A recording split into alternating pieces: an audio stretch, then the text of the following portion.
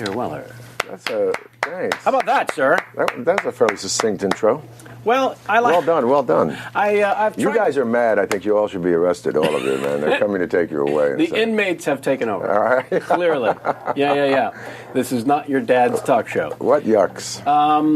So welcome. I'm glad you brought this, by the way. Art Bulletin? Assuming you brought it. I did. Yeah, Art Bulletin is a sort of a seminal art magazine that reviews everything. It's a college art association. It reviews everything from contemporary art, antique art, Renaissance art. And right. I plow through it. I haven't finished the PhD, by the way. I'll finish it next year. Writing a dissertation now. Tell me something about this pursuit, because the master's degree is one thing. Yeah. The PhD, for the uneducated such as I, seems like it takes 10 years. Yeah. Because you're working also. It's not like you're just doing it. It's not. It's not my day gig. Exactly. It's a bitch. But your day gig is six different things. Yeah. So if it takes 10 years, who cares? I think it's incredible. If I thought about it, if I stopped to think about it, then I'd quit. Yeah. Because it's you got to chip away at it every day.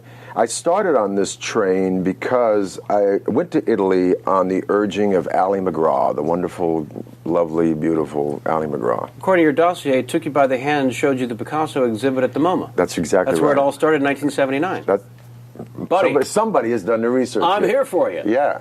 And so I was living with Ali McGraw, still a great friend of my wife and I, and as a superb person and smart, you're hard-pressed dinner companion or sit next to Nice. But she was studying art history at Wellesley. She became the sort of go-to girl of the year under Diana Vreeland. Sylvia Plath was another one where Diana Vreeland would go to the Ivy League girls' schools and take a sort of a protege.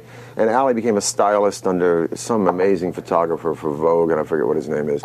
Let's say Scavullo, because it sounds great. It was better than Scavullo. Really? I mean, Scavullo was great, but it was before Scavullo. It was Henry somebody or other. And one time they were in the Bahamas, and the model got sick, and they put Ali in a bikini, and the rest is history. She was the kind of the organizer. Yeah, so she was into art and art history way before, and she spoke languages, and she was just cultured, and she was just an incredible influence on me, and also a very sexy broad. Needless to say.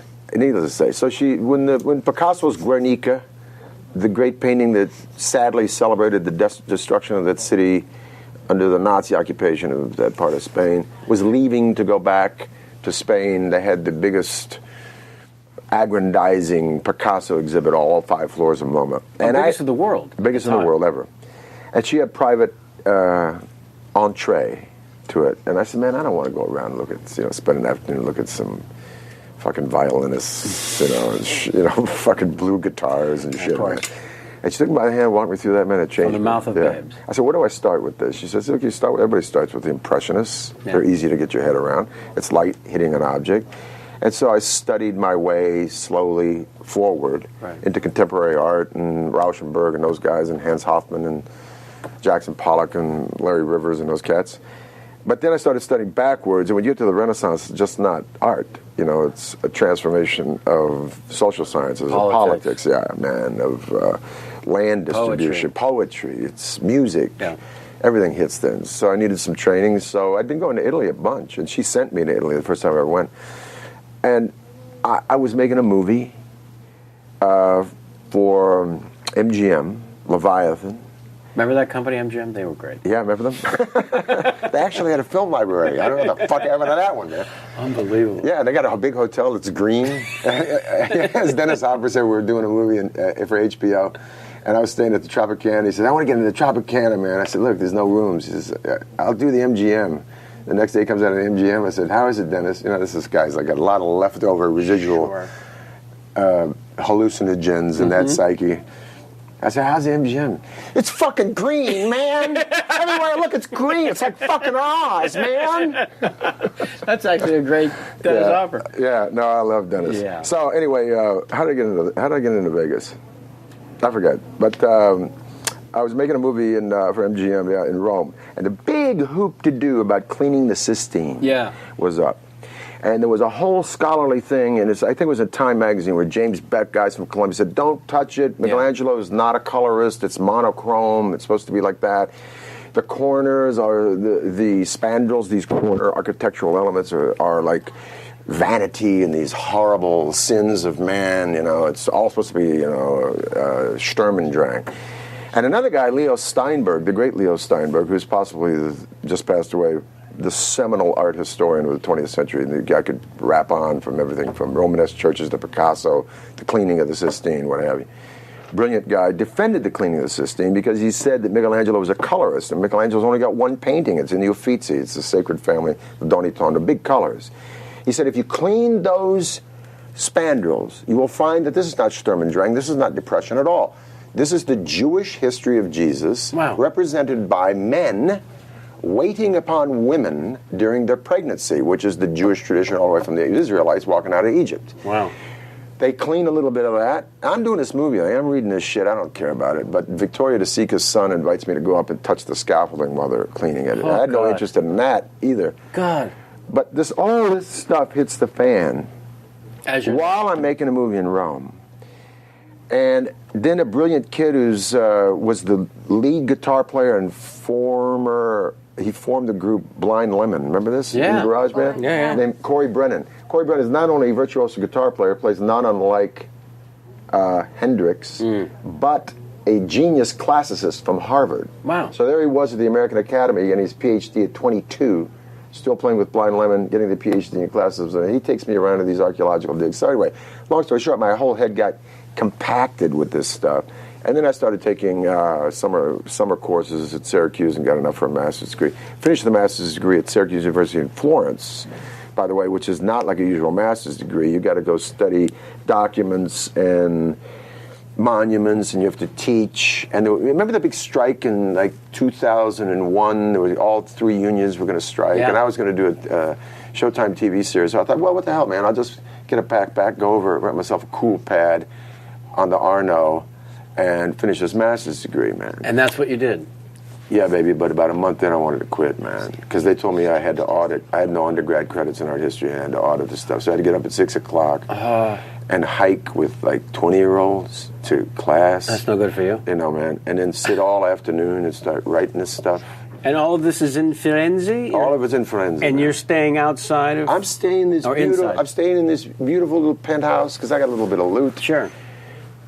Right on the Arno, I'm thinking, this is going to swing. I'm going to cool my jets here, And then you're goof off hiking at 6 in the morning. No, man, and then it broke my back. And about 30 days into it, my mother came to visit me with my now wife. And I said, I'm out of here, man.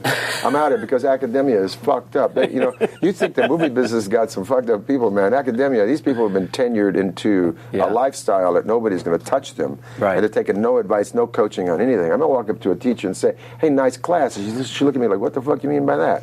There's no social skills at all. Wow. And plus which my other grads sort of, I want to say sort of, resented me because I was a man, because I also got a pass on undergrad work, because I had a little bit of money, because I didn't have to do it, and I was doing it for fun, so they took me as like I was a charlatan.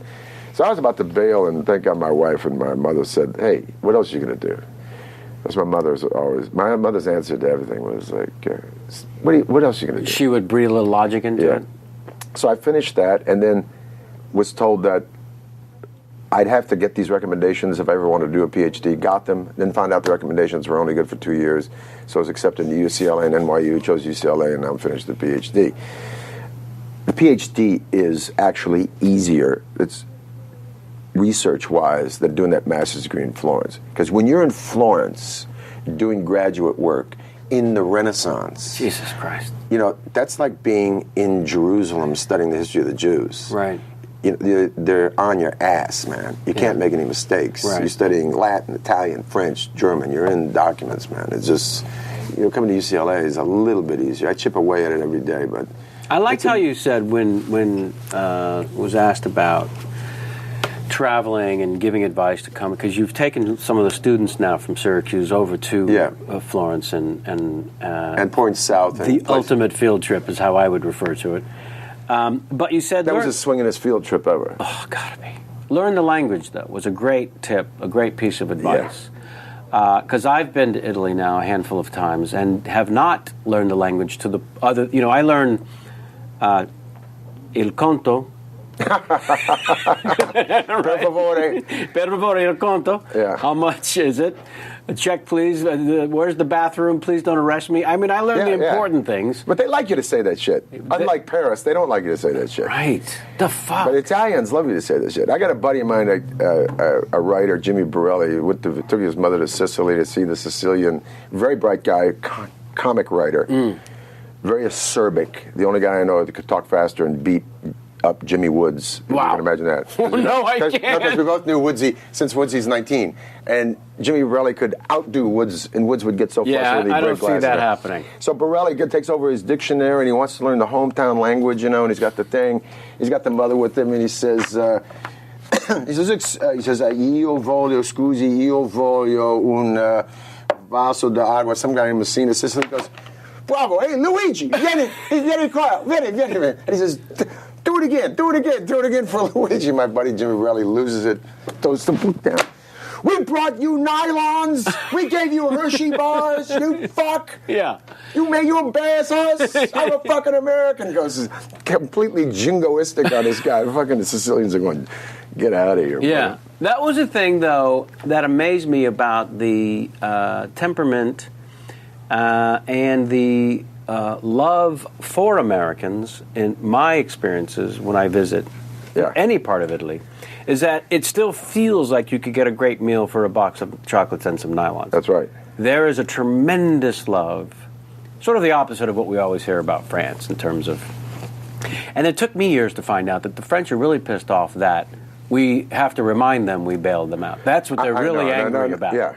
But several people bailed the French out. Well, of course. And now there's a great book out called French Lies. There's like 1,000 things in there that the French claim they did and they didn't do. You know, I gotta like the guillotine, invented it, they didn't invent it. They just named it. Yeah, just named it. They gave it a better name. The great thing that you said that I love was learn the language, and the feeling was it's not just my father yelling at some immigrant saying, you're in America, speak English. Yeah. It's more of learn the language, learn what's in the mind and hearts of the people who live there. That's what happens when you learn the language. Yeah. Because it's the most emotional language ever. Ever. Yeah. It's the most musical, too. Oh, God. Yeah. Also, help me with this one. Such a tourist, my first time going to Venezia. Last day of the trip, I kept passing by the store that had the most amazing luggage in the window. Last day on the trip, literally leaving for the airport to go back to America. I get to the shop. It's closed. It's the noon to 3. Yeah. And the person in the windows, they can talk. They're talking to me through the door. They won't open the door. Sorry, come back later. No, I'm going back to America. Fanning out money. This is yours. I just want that bag. No, come back later. I'm going to America. Okay, we'll see you next time. Could care fucking less about selling a piece of anything. That's right. Living to work versus working to live. Yeah. Oh my.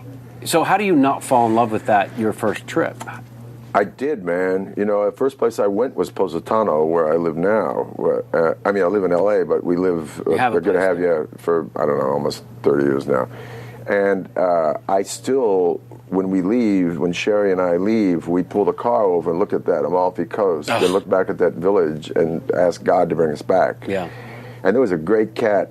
The guy rebuilt all the ports of Naples, named Giulio Moscolo. He just passed away in 93. All his ex-wives lived in Positano, too. He bought them all villas and shit. His son, Pepe, owns a private club in London. He's become more English than Italian. But Giulio not only found my place for me, but Giulio, one time having lunch, he goes, and he retired to Positano to a big 18-room villa, right? He'd made all his money clean. He got out the 7th Army, the United States Army paid him off, and he retired, became a teacher and so on. And Julia said to me one time, and we're sitting and having lunch, man, right by, having fresh calamari and all that stuff, and I take it so for granted until I leave. And he said, Peter, he says to me in English, Peter, sometimes I leave Positano just so I can come back. Oh, that's a killer, isn't it? Fucking beautiful. And that's a guy who's like from there. Yeah. So nobody takes it for granted. And there's sayings on the Amalfi Coast, there's beautiful sayings. There's a saying, Quando un amalfitano, a person from the Amalfi Coast, quando un amalfitano arriverà a Paradiso sarà una giornata come tutte le altre, which means when a person from the Amalfi Coast arrives in heaven, it'll be a day just like all the others. That's fantastic. Yeah, man. But, you've been there. Yeah. You've seen it. It's, I drove the Amalfi Coast just so I said I could do it. But, oh boy, do you feel alive with fear that first time. Yeah, it's intimidating, but very few accidents there. I'm sure. They know it well, yeah. Mostly guys like us the first time go, fuck! Yeah, the locals have no problem with it. And if I can name drop, the guy who convinced me to buy my place, it was the last $250,000 cash I had at the time. They wanted all cash. Dennis showed me how to take the illegal money under the table. I shouldn't be saying that on the webcam, because you always in Italy, you have to pay some money under the table, just so your money's clean in the United States. Italy, Are you suggesting there's some sort of crime involved? Yeah, no. It's not crime. No. Everybody's in on it. Exactly. Nobody's duped. That's right. Everybody knows. The notary knows. The public knows. The legal guy knows. But Gore Vidal convinced me to do it. I said, Gore, this is... he's a mentor to me. He signed... him and Woody Allen signed my personal recommendations into grad school. I should tell you what they say. They're not very supportive, but they're good. But Gore said, if you don't buy it, Weller, you'll regret it the rest of your life. And so I bought it on his note. But Woody, who's a friend a long time before I ever worked with him. Oh, really? Yeah. Because our mutual friend, Brian Hamill, one of Woody's oldest friends and arguably one of the great poster photographers ever, brother of Pete Hamill, writer, but did the great face of De Niro and Raging Bull and... Oh, wow. Redford's The Natural and all the Woody movies, that wonderful Brooklyn Bridge thing in Manhattan. Yeah. And that's how I knew Woody and so I knew him socially. So I asked Woody, I said, can you write my personal recommendation into grad school? And on Gritty Palace Hotel stationery. Gritty Palace. The Gritty Palace. Such a great. He wrote, Peter Weller is my friend, a fellow writer, musician, actor, director, and a credit to his race. What the fuck does that mean? That's fantastic. Like a good white guy? Yeah, exactly. Without sounding a bit didactic, I think it's extremely important to remember that Peter's not a Jew and should not be judged as one. That's good, man. Well, I love him, man. Hero beyond belief. And so go ahead. Tell me, though, because I've talked to people who've worked with him, of course, some people at this very table, but the idea of being friends first, is there a little extra freedom to play when you do finally get on the set as a friend? Dig it. I was making a movie with Michelangelo Antonioni. Me and Malkovich were the only two Americans asked to be in this series of 4 vignettes by Michelangelo Antonioni, who's a hero to me and a hero to Woody. And Woody was working with Carlo De Palma, who was Michelangelo's first focus puller and then his DP. Is this the one that Wim Wenders signed on as the... That's right. Just to... Beyond the Clouds, just to make the insurance go, yeah. So we're shooting that in Paris, doing reshoots, and I'm flying back and forth doing Mighty Aphrodite. Initially, Woody had miscast it, and then I got this sort of call from his secretary, I forget her name, and said, Woody needs you to jump over here and do this movie. I said, yeah, whatever.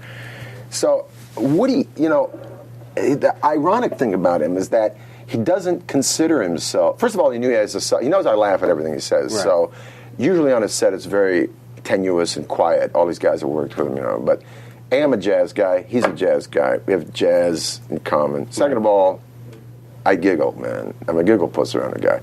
So he really opened up, and a crew would always come up to me and say, he does this for you. He doesn't do it for us.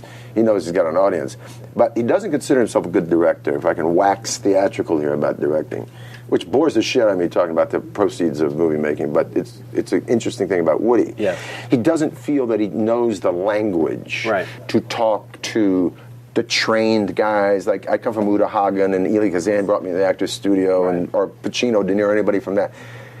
But and I know that when we get older and we get moving, we don't want to talk about it, We just want somebody to tell us when we're wrong. Yeah. So actually, he's the perfect director for me, because he would set up this thing, he's got a plan, and he'd set it up, and then you just kind of vamp. And then if you're hitting the wrong thing or the wrong notes, he'll just say a couple of things like, why don't you, write the deal there and instead of that. That's it. Which is the brilliance of a great director. Sure. But in his head, he thinks you got to have all this sort of, I guess the Kazans of the world or the Mike Nichols of the world got to, have a big speech. But even Kazan said, if you cast it right, you get out of the way. Well, just cast this it right and seems get it out of the way, to man. be the truth of every director I've ever worked with and every director I've spoken to about the nature of communicating your desires to the actor. Yeah. The best way to do that is to cast the right actor. Yeah, and then it's a word or something. Yeah. Because you can certainly overspeak it. But I found him delightful to work with, man. Just well, let's segue. I mentioned at the top to your directorial debut getting an Oscar nomination. What the fuck? For the short film Partners? Yeah. Right. Tom McGuane short story. Yeah. So you'd already worked with, at that point, what I found interesting, and I do want to come back to the jazz, actually. That's a big part of today. But you'd already worked with Richard Lester and Lumet. And Nichols on the theater. Exactly. Yeah. So, Michael Apted, some great. And so, were you like me, where when you're working as an actor, you're kind of studying what the master is doing? Yeah. But then the question is, are you studying it because it's art and it's wonderful to see take place, or is there a part of you that's collecting information for the future? It's all collecting information. It's that there's a vocabulary of great directors. And Coppola said it best, the director is essentially solving problems in a good way, because there's nothing but problems, as you well know. And so I was collecting as a vocabulary, and I saw a shot of Goodfellas, this the dolly back and and push in on the focus, zoom in and dolly back at the same time. So this whole sort of schematic of area around you becomes claustrophobic, while these guys get farther away from you. Yeah, which is a bizarre feeling as terror is going to go down. But I wrote these guys. I wrote Scorsese, I wrote Coppola, I wrote Nichols, I wrote Woody, I wrote them all. I said, I'm stealing. I gave them a list of shots that I was stealing from them. I said, I'm directing this little film for Showtime Paramount, and I'm going to be stealing these shots, and made a list of like 10 of them because I felt like a plagiarist. I didn't feel the freedom, or the wherewithal to just kind of rip them off. Instead of just being inspired, you thought you would own it? I was going to rip them off like shot by shot, I wasn't going to get inventive on it. And Scorsese wrote me back the great letter. He said, please steal all of my shots because there's not one of them that's original. Wow. Yeah. There you go. Yeah. He didn't have the wherewithal to write the letter, though. He just stole. Yeah, but he's an egalitarian guy. What a great cat! You ever met him? Yes, we had the great pleasure of working with him once, and it was. Oh, you worked with him? Oh, I never worked with him, man. But he's such a smart guy. Oh, a brainiac. Part of the getting the I was offered the part, which for an actor, an offer from Scorsese, which is the light bulb joke. Pretty much the goal line. Which is the light bulb joke? Yeah, how many actors does it take to screw in a light bulb? Tell me. 15, 1 to screw in the light bulb, and 14 to say I was offered that part, but I turned it down. That's one for Jamie. She's heard me say that 1,000 times. Have you? Yeah, I turned that down. But in order to get the job, after being offered the job, there were two prerequisites. I had to sit down with Bob De Niro and sit down with Marty. 2 different occasions, 2 different places. And I said to my agent, "What do you mean I got to sit down with them? Do I have to?" No, they just want to say hello. All right. So I'm sure you know by now, Bob takes 15 seconds for him to say nothing, and then I get to leave because he doesn't really talk. That was our hello. And then Scorsese was the opposite. I said, "How are you?" And he literally talked for 90 minutes. Yeah, it's a tutorial. Oh, God. And he talks like a machine gun. And every other sentence has a film reference in it. Yeah. When they did the thing, and you have to go, huh? Even if you have no idea what film he's talking about. No, because he's seen every movie ever made. Exactly. It's uncanny. So what I loved about reading... And he talks faster than Jimmy Woods. Way faster, which is, only dogs can hear a certain part. Yeah. What I loved about following along the research on you was where a lot of actors, myself included, pour their hearts and souls and lives into the love of the doing of the thing of the show business. You were able to extract yourself and follow both music and art. We've talked about the art a little bit. I want to talk more about it. I warned you that I would ask who your favorite pharaoh is, just in terms of your history. Thutmose IV. Education. Yeah. All right, we'll go there first, and then we'll come to the jazz. Tell me why this is your favorite pharaoh. I think the guy's in the second dynasty is right before. He's the son of actually Hatshepsut, the woman who was the pharaoh, who's got the grooviest palace, man, right outside of Luxor. It's still there. Yeah, and maybe Hatshepsut, because she was a woman and she put on a beard and a merkin and the whole thing and said, "Okay, I'm pharaoh," and everybody grooved with that. And she actually ran Upper and Lower Egypt, man, for I don't know what 25 years. Seriously? Yeah. And that's a feminist, you know. Everyone knew about the merkin? I think they did, sure. Yeah, everybody knew about it. And her images were destroyed, and the great guy I think he's a great guy, he's definitely a great personality, Zawi Hawass, is on all the Discovery and History channels, always pumping up Egyptology, is the guy who found her, what we think is her crypt underneath an obelisk in Luxor. But, yeah, come on, I mean, to be that sophisticated civilization and for 25 years. Yeah, for it to say, okay, everybody knows I'm a chick, but you know what? My balls clank, as they say in Texas, so I'm going to run this joint. And she did. And her son is Tutmos, so... but I think I'd like to be Hatshepsut, you know, just to... Not that I'm that way, but you know, this is one. But to know that queen, like you said, and not run it as a queen, but put on the accoutrement of a man, and... I can do this. I can do this, yeah. Yeah. Because I'm always for that, you know. I'm always for the person. I mean, we all are, aren't we? There's somewhere in our hearts for the underdog who goes. Can't help it. But now, did this fascination? When did this fascination of history, be it the Italian Renaissance or Egyptian? That's a good damn question. Yeah, I mean, because it has to be organic to your nature. So maybe. It's only a good question because it didn't happen one day. It just was there. Well, look, let me put this granddaddy of art history, who was also a wonderful children's book writer. Really? Pardon me. And he lived almost to 100 years old. His name is E.H. Gombrich. He wrote the history of art. He wrote sort of monographs for beginners, but he was also an astute art historian of texts and iconography. But he said one of the cornerstone statements that I read when I started getting into it, said, you know, there's a cliche about art that I know what I like, right? Because you can apply to anything. Sure. And he said, you don't know what you like. You like what you know. Yes.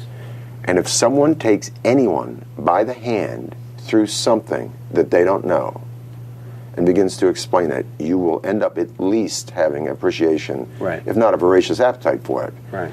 Well, so that's how it started with me. That's I had no interest in art until Ally McGraw. My mother tried to get me interested in art. You know, he went out and played baseball. My father, first half of his life, was the United States Army pilot. Pilot, right. Yeah.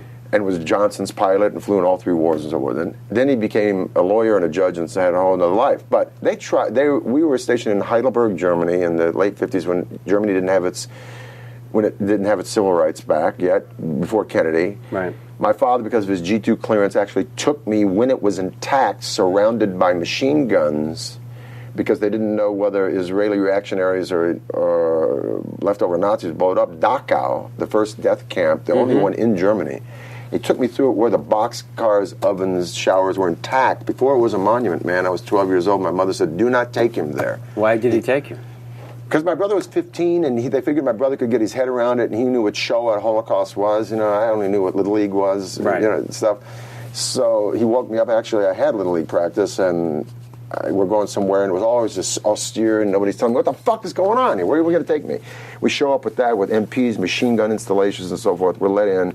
My father takes me, and my mother takes my brother, and you know, this is like I'm like a Northern European. I'm as goyim as you can get. You know, I'm like Welsh, German, French. I'm not even Mediterranean. No. I'm not even. You know, I'm not anywhere near that wonderful cachet of Genesis. Right?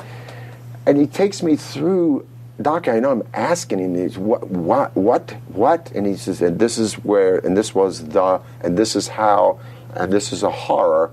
And for 2 hours, and we're the only people there. And we're accompanied by machine gun MPs, UN guys, and whatever. After this, I got 100 questions. I have nightmares about it. I can't understand it. I can't understand it. I wake up, I'm asking 100 questions. My mother and my father have this like year-long fight. I told you we shouldn't have taken him. We should have not taken him. This is like scarred him for life on this thing. Well, it's one of the greatest gifts he ever gave me. Absolutely. It's absolutely one of the greatest gifts. Was his notion, do you think now, looking back on it, so that we never forget? Yeah. I think his notion was this. He had a degree in history, and he was always reading books, and because of his cachet as a pilot, he got to fly everywhere. He got to go to Athens, and he got to go on essentially a budget whereupon Europe was broke. You know, the Marshall Plan was trying to bring it back. Right. Europe was broke, so they were living high off the hog, and had Austin Healey sports car driving everywhere, flying to the Scala, you know, on the weekends and stuff. This is like the life of Riley for them. But he was always reading, and he was always a chipper away at particular histories. He wanted to, and by the way, I had an epiphany about this 4 years ago. At the age of 60, I have an epiphany. Why didn't my father answer these questions? That's the only thing left over. Why didn't he really explicitly tell me what the Wehrmacht was up to in 1932 with the Kristallnacht and so forth, and the expunging of the great intelligentsia of Jewry from Europe, which, by the way, those that survived of intelligence came to NYU in Columbia, and we got art history out of them. And there it is. And he's one of the great ironies. I just want to digress to say, the great guys that reinvented Renaissance art history in the 20th century, which is essentially Catholic symbolism, were Jews. Were Jews. All of them, man. You know, the seminal guys, Krautheimer, on and on, Lotz, Steinberg, I just told you about. Yeah. Because that cultural entity, the Cafe Society, the knowledgeable bookkeeper students of cultural history were Jews. And have always been so in Europe, for the most part. Right. So my father wanted to, and I'm saying, why doesn't he explain this to me? And I go to the Holocaust Museum in D.C. You ever been? Mm-hmm. Okay, where you take the badge. Yeah. And I get the badge of a Yugoslavian doctor who hid 40 Jews, was found out, taken to Bergen-Belsen essentially, and was exterminated there, right? And you must do it like they say. Right. You have to go listen to every film, the Goebbels, hoopla. Otherwise, all you get is depressed. You get overwhelmingly depressed. You can, but if you do it like they say, then you put it in a context so that you do never forget. Exactly. You come out with it with that big room where you see the accountability of every country in the world, including Bulgaria, who didn't give, it was like 40,000 Jews, not one was given up. Denmark, 110,000 Jews, only like 90 perished or something like that because of the complicity of the country, so that there are heroes among us who see the writing on the wall about horror coming their way, right? Yeah. It was only then that I got to contextualize it, and it was only then that I saw, shit, my father didn't explain it to me because it fucked him up as much as me. Yeah. And we endow our fathers with these answers, man. And I'm 12 years old, my father's like, what, 35? He doesn't understand this. No way. There's nothing that he could have read that would have prepped him for 1959 walking into Dachau. It hadn't been adjusted. No, man, there was nothing. You know, you couldn't have done it. So his reticence was not a reticence at all. It was an incapability to say anything. Almost, you know, not to digest it down to its simplistic nature, but almost like, I can't make heads or tails of this. You, as my sons, need to. Yeah. You know? Yeah. And, you know, I thanked him over and over again for that. He said, you know, your mother, I said, I know what you went through with her, man.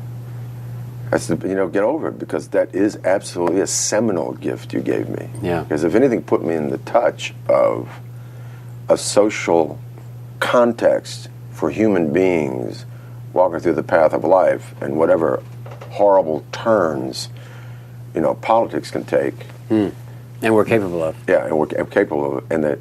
And as Arthur Miller said so brilliantly, it isn't the Wehrmacht, it's mankind, you know. Right. Any left turn, and you're there. Right. And then that was, wow, man. Well, what was the first influence in the jazz, now that we know? That was my mother. My mother was a jazz piano player. Really? Yeah. And my mother turned me on to Duke Ellington, man. And, you know, at the age of? 9. And I picked up a trumpet. And she tried to turn me on to Miles Davis. Miles Davis ended up being a dear friend. And Miles Davis bequeathed, he was a very good painter. He painted like Kandinsky. I can't find a Kandinsky in there, but he bequeathed me his self-portrait, which is on my office wall. It's just about half the size of this wall. It's just beautiful thing in yellow with Miles in the middle of it. So I didn't get Miles at all. As a 9-year-old, you didn't get Miles? No. What the hell's the matter with you? Yeah.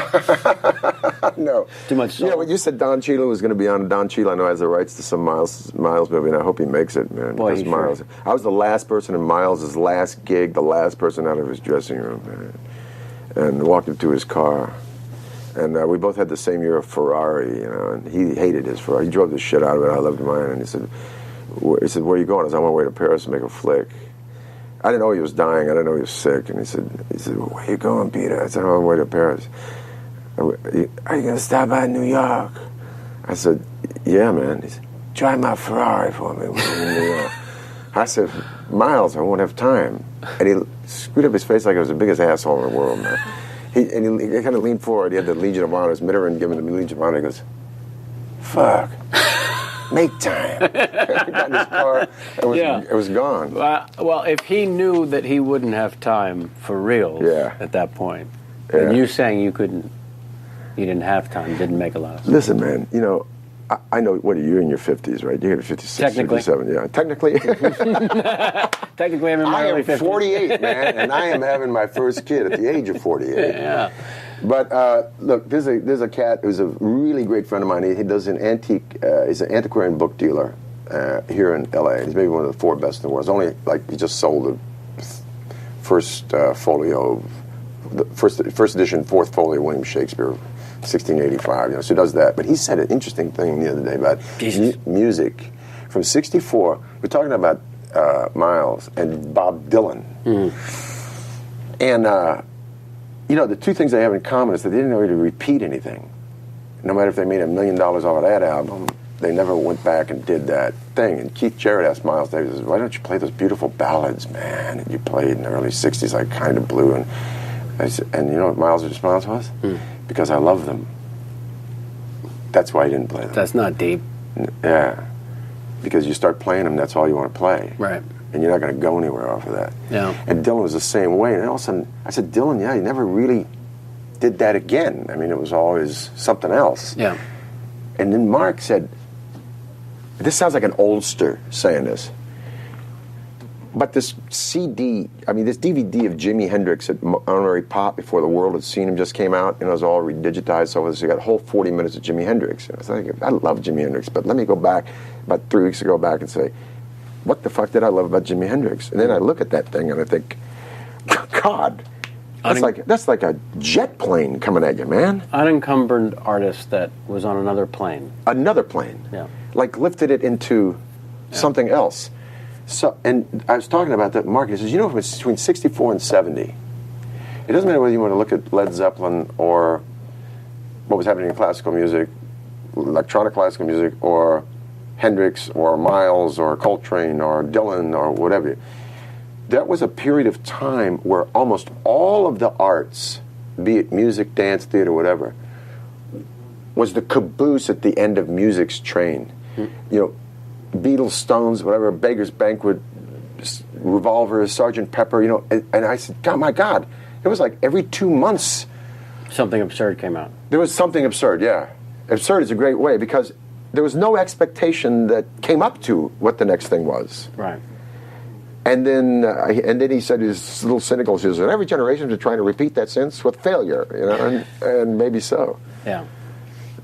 Anyway. So when you say your mom turned you on to it when you were 9, again, finding the passion organically, was it just sort of instant, or was it something born of a child's curiosity? I love the way Mom plays, I'm going to give this a whirl. No, well, if you come home, you know, my mother played everything. She played Rachmaninoff, or if it wasn't like, Mahler's Ninth, and it was blaring, and my father had no ear for music at all. It could not stand loud music.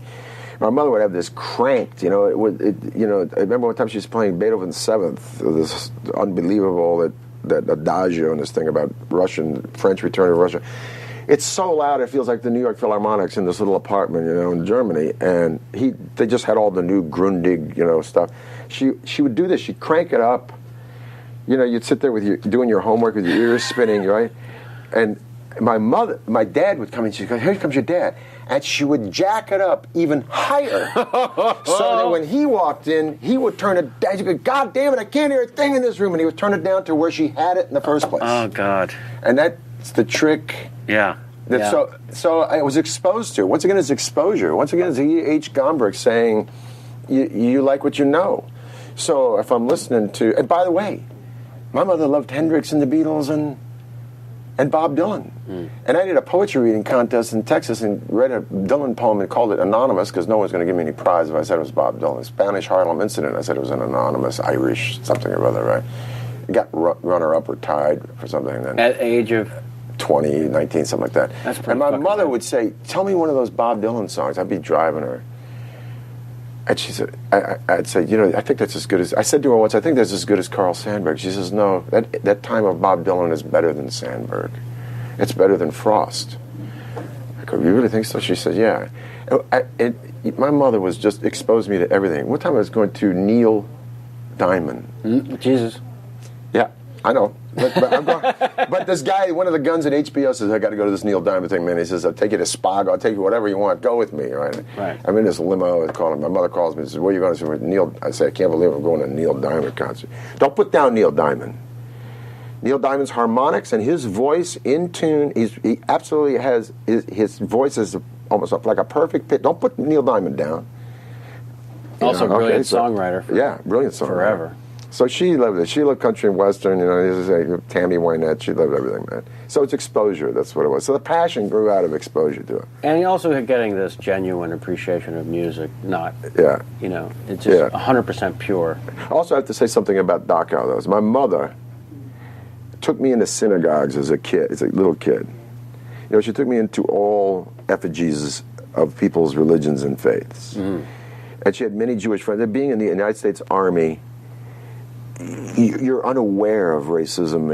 You're unaware of anti-Semitism. You're unaware of this stuff because it's an homogenized amalgam. You're not living in a social milieu that makes distinctions, really, Right.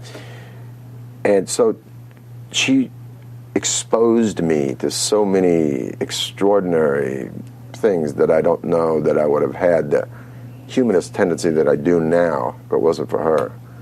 So it's ironic that she is the one who said, "Don't take him to Dachau." But I think she just thought I was too young to get my head around it. And I was. Right. But I finally did. But, it could also have been, well...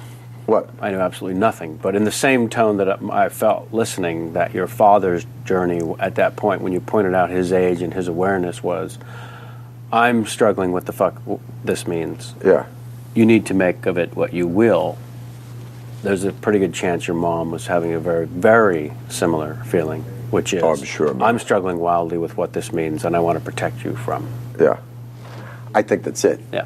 She wanted to protect, because she couldn't get her head around it either. Right. Yeah. And they're in the middle of it. Yeah. Which is kind of beautiful. And also, I'm about to have a kid, and man, I just see that there is no fucking rehearsal, man. And I want rehearsal time. Yeah, you do. I want 4 weeks. There's your Uta Hagen. Yeah. There's your Uta Hagen That's right there. man. She messed you up with no rehearsal. She might have taught you improvising, but... No, man. Yeah. Yeah. I want to talk about the Actors Studio, too, because that's a historical moment in time that I don't think anyone on this show really has talked about. And for those of us who didn't come from theater, it's forever fascinating. But first, I like to involve the audience watching it from time to time. They have their own particular questions. This one is considerably off the beaten track that we've been walking thus far. But a moment in time for you, sir. I don't wear those women's underwear anymore. Interesting. None of that's in this question. Oh, really? Okay. Yeah, so you kind of offer that up. They found me out. You kind of offer that up for free. This one from Terry Facio. And it's about a television show you did, which I happen to love myself, called Odyssey 5. This person loved you on that. Said, sad that it was short-lived, although in some ways, not to be confused with short-lived. I like the short-lived. Very well. I do. You can use either. I know I make mistakes on this show, but in fact, you are within the King's English. Short-lived is the same. Very well, sir. I chose it this time, Sammy, instead of just being an idiot. I know it's hard to believe. I've set you up to think every mistake made is by accident. I would be interested to hear your thoughts on the show. Terry asks, and in particular, this is the part we love, what it was like working with Chris Corman and Sebastian Roche. And now, Sebastian's become a friend of ours, those of us that work on the show, and I've not heard a greatly respected professional discuss what it's like to work with Sebastian. I only know him as a raconteur and nonstop. Yeah. But the actual doing of the work with the Sebastian, I'm going to need a little. I adore him. Yeah. I'd laid down in front of a taxi cab for him. Did you? No, I have not yet, but I would. Mm-hmm. Except that when he's on a movie set, he needs to take serious amounts of Thorazine. Okay. He will chit-chat right through your close-up. The Armageddon can happen, the bomb can go off, the cameras fail, the whole thing, and he's still talking about it. Are you suggesting he doesn't have an inner monologue? I'm suggesting he needs an editor. So much so, we're doing a scene around a table once, and he's talking through my close-up. When the camera turned around, I took a glass right in the middle of his serious close-up and broke the fucking glass right in the middle of it. And he got, "Why did you do that? Why did you do that?"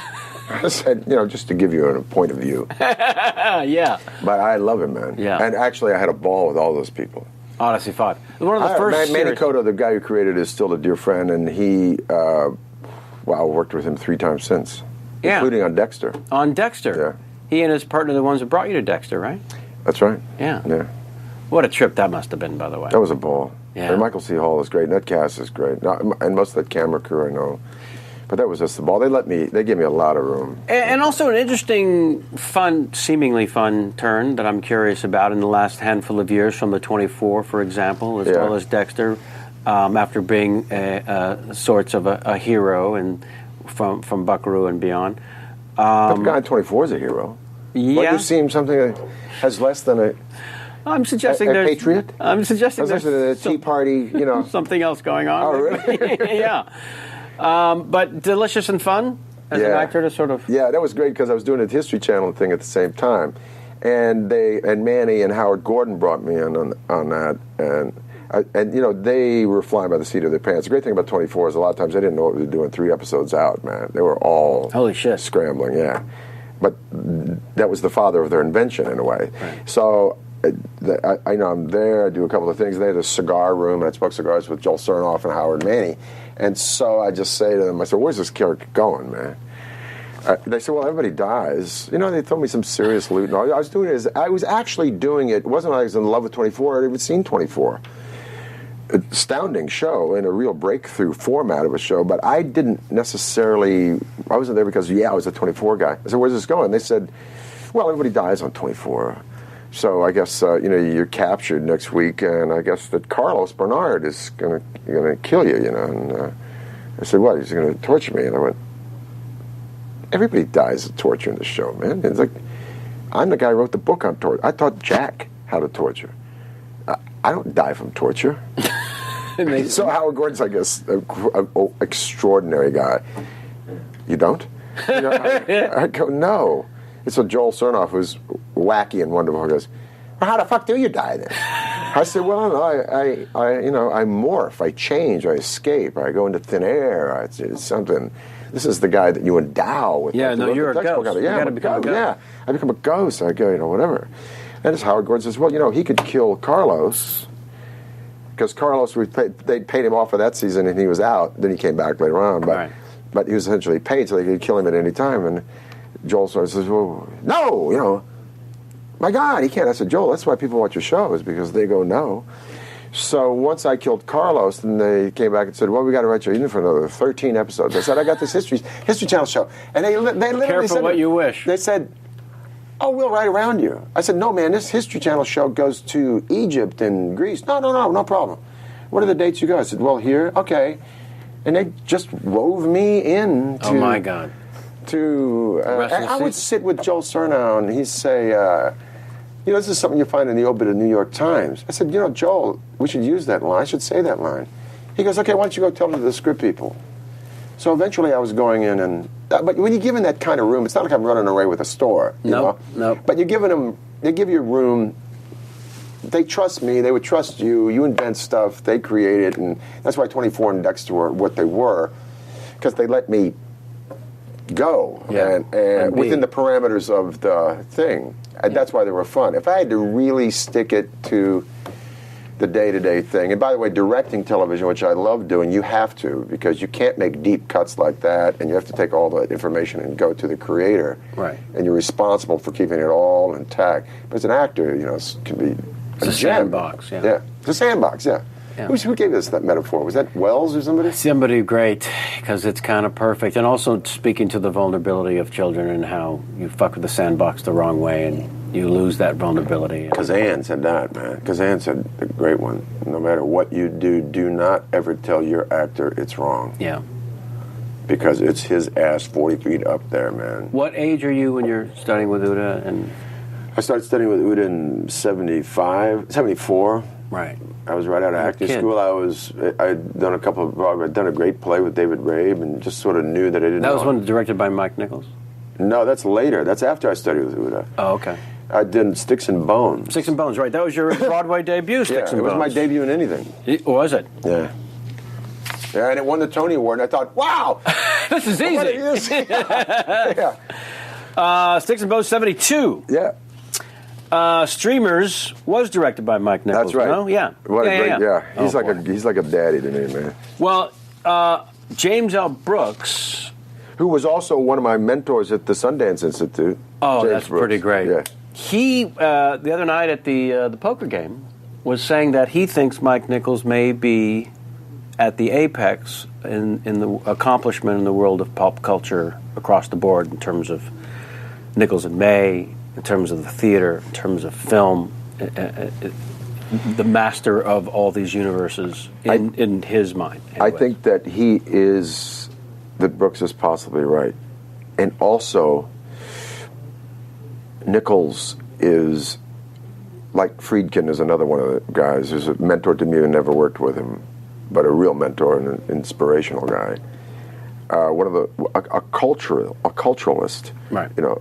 Nichols has a voracious appetite, as does Scorsese, and to assimilate stuff in the world. Right. And I think that's what makes. He always says, "Pretend the Nazis are chasing you, and you'll be successful in anything." That's his black joke on it. But man, I don't think I've met a brighter guy. I don't think I ever met a brighter guy or a funnier guy. What an extraordinary experience, though, that particular production must have been for the young Peter Will. Yeah, Streamers was... The play of Streamers, first of all, is damn near perfect and very easy to tweak the wrong way. Everybody has to be at the room at the same time while murders go down that are mistaken identity, mistaken intentions of white lies, in order such that the bottom line is nobody wants to go to Vietnam and die. Right. So this room is like a microcosm of survival of young people that sadly ends up in a horror, the likes of which at the end of it, which is the power of it, which is what Mike specifically and brilliantly tapped, people walk out going, how did that happen? How did we arrive at that? Right. That was the shock of Streamers. And I have to tell you, Kevin, I saw the mayor of New York, everybody from aristocracy to Mabel Mercer, fucked up by it. Yeah. I mean, one night after another. I remember that John Lithgow came in backstage and he couldn't speak. And it was because there's no answer. Right. Because it's 6 people. It's almost like Shakespeare's Julius Caesar. Everyone's working out of their own conscience and what they think is best for their own legitimate survival. Nobody's got an angle. Right. Nobody's working it as an agenda. One guy's just trying to have fun. That's misunderstood. That's over-defended. That doesn't be interpreted right by a guy who can't figure out 2 white guys. The black guy can't tell the truth to that black guy about what this white cultural problem is. And the black guy feels betrayed. And the only thing he knows how to do is stab somebody. Of course. And when they walked out of that play, man, I remember Baryshnikov or Elliot Feld's ballet team came to see it, man. Koch came to see it. The same uniform response to it, because there's no easy answer to it. That's Nichols. That was Nichols's way of tweaking that thing such that the air never went. And he came back every month, you know. Really? Yeah. And he would miss one time he came back every 2 months. But he'd come back and tweak it. And he says to this day, possibly one of, if not the two greatest things I've been involved with ever. Is that right? Yeah. Yeah. And that was something to do, man. God. But that was after Kazan. That was right around the time of Kazan and after Uta Hagen. Those people that really jolted me into... How difficult was it initially to get into the Actors Studio? It was really a bitch. Those days, there was only 270 members of the Actors Studio. The Actors Studio, you have to remember, is not like an amalgam of movie stars like it is now. The Actors Studio was a workshop of professional actors. It wasn't a training ground. You went off and studied with Sandy Meisner or Uda, something like that. Stella Adler, that's who you studied with. The Actors Studio was an elite group of New York serious people that started with Cheryl Crawford, you know, and Bobby Lewis. And so I'd done a short play at Ensemble Studio Theater that Tennessee Williams came to see, man. It was like, what? Yeah, man. I performed twice for Tennessee. Yeah, it was a thrill, man. I you know, if anything that grabs me, I thought, I performed twice for Tennessee Williams, who came back and said, how's that aside, baby? That's how he talked. He talked almost like Miles Davis, except there's like a couple of bourbons in him. Yeah. And John Stix, who directed it, was Kazan's protege in the director's unit. And he said, I'd really like you to do a final. I said, I don't have to do one of those beginning things. He says, no, you do a final.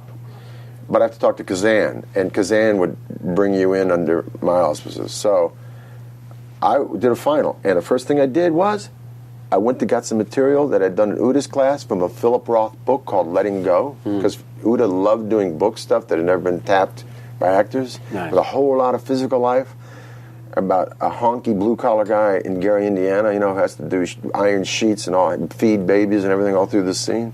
You have 1 minute to set up and 3 minutes for a scene. And my judges were, I worked on that thing for 4 months, man. I even rented a space on 8th Avenue and taped off the Actors Studio stage. Wow. Because a guy hit me and says, okay, here's your judges. Arthur Penn, Eli Wallach, Elia Kazan, Lee, Ann Jackson, Rip Torn, Ellen Burstyn, and Geraldine Page. And those are going to be your judges. I said, well, I might as well slit my wrist now, because I'm not going to go act for those people. No. But Closer, it had a momentum of its own, and it was great. Well, it sounds like you rolled up your sleeves and said, the only way to do this is to do the work and the prep, and that's it. That's it. That's really it. It's the doing of it. If you get inside your head, you're fucked. So just do the work. If you doubt it in a second, like if I doubt this PhD now that I'm doing, you know, I'll just join this. I join it. This is a great organization. It's part of the UN. You know, I was just exposed to it in a Muslim Jewish American conference that Howard Gordon took me to, and I'm just segueing now into this in Cairo, in Alexandria. Celebrated the opening of the Alexandria Library a year ago. I got to play jazz with Egyptian guys, man, and you know, I'm looking at like. If I saw these guys speak about the tenacity of faith, not that I'm a real religious guy, and there are so many. This place called Religions for Peace.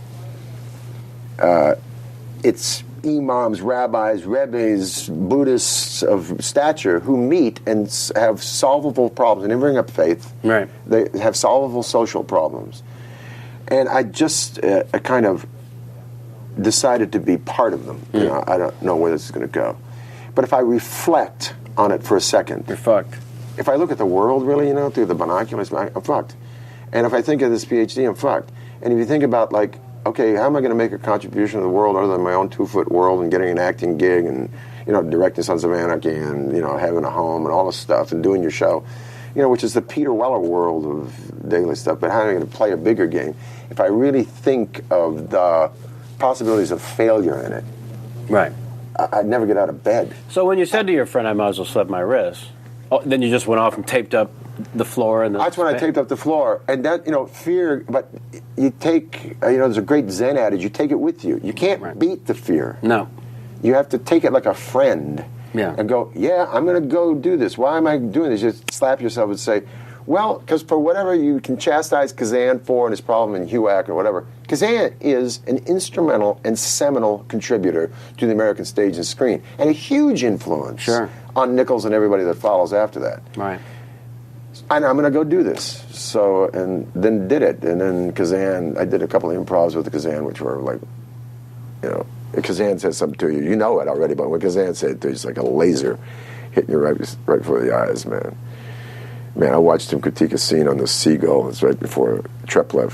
I think it's the Seagull. Treplev kills himself at the end of the Seagull. And the guy's writing. Good actor. Kazan jumps up on the stage and says, "What are you writing?" "You're scribbling." He turns around and he says, "You know, this is not a method thing that you got to find out your inner person and write. All you have to do is write. You're writing a suicide note.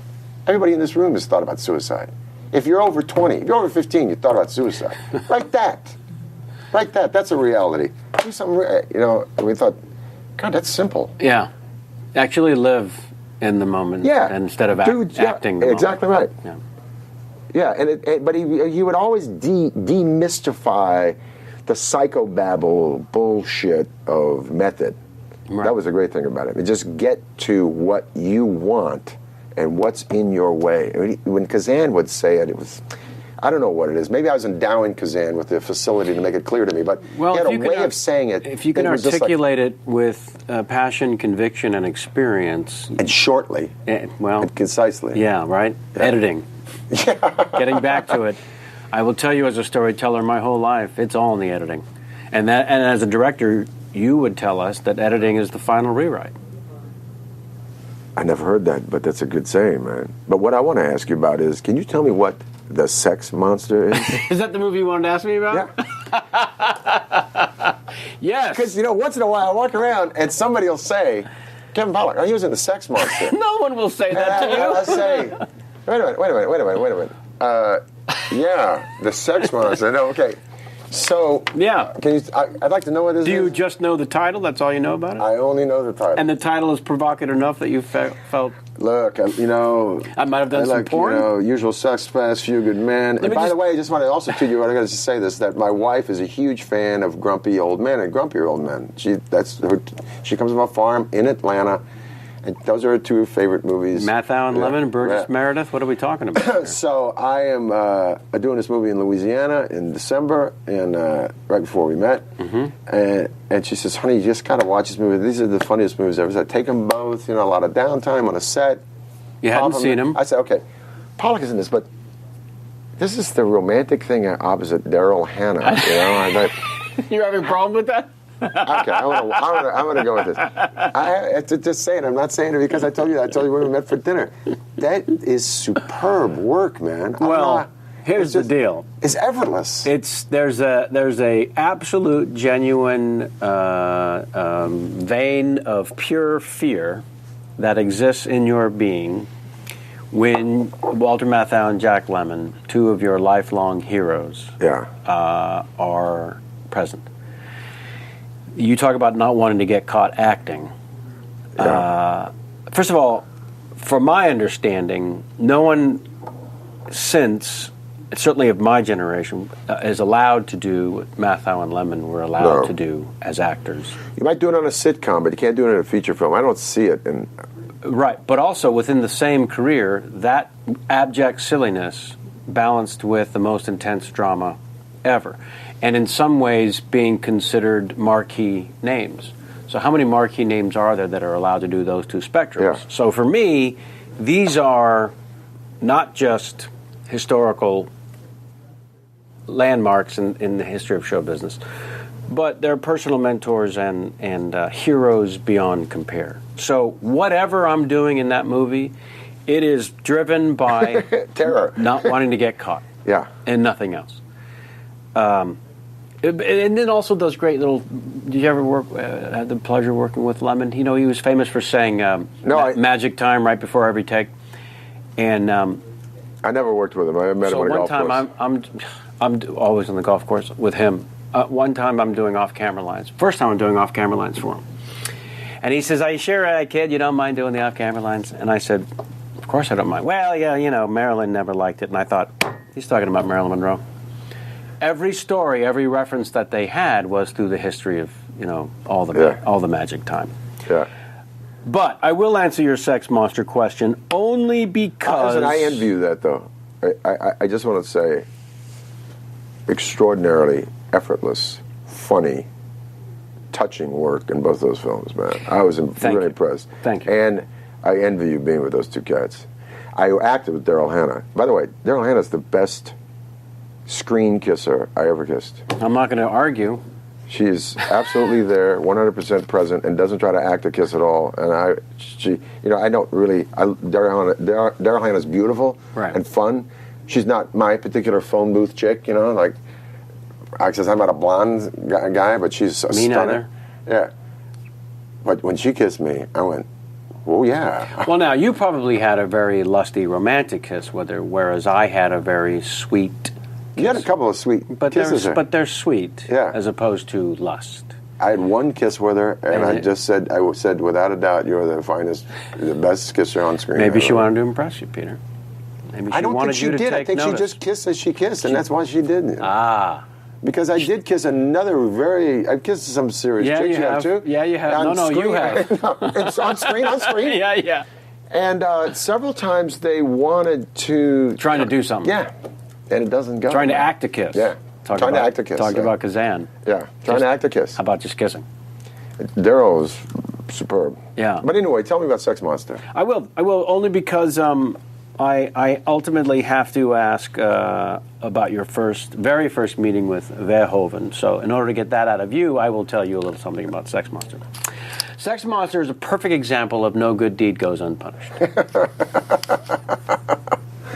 I had a writer-director friend who sat at this table once, who did a wonderful piece a few years back called The Upside of Anger with Joan Allen.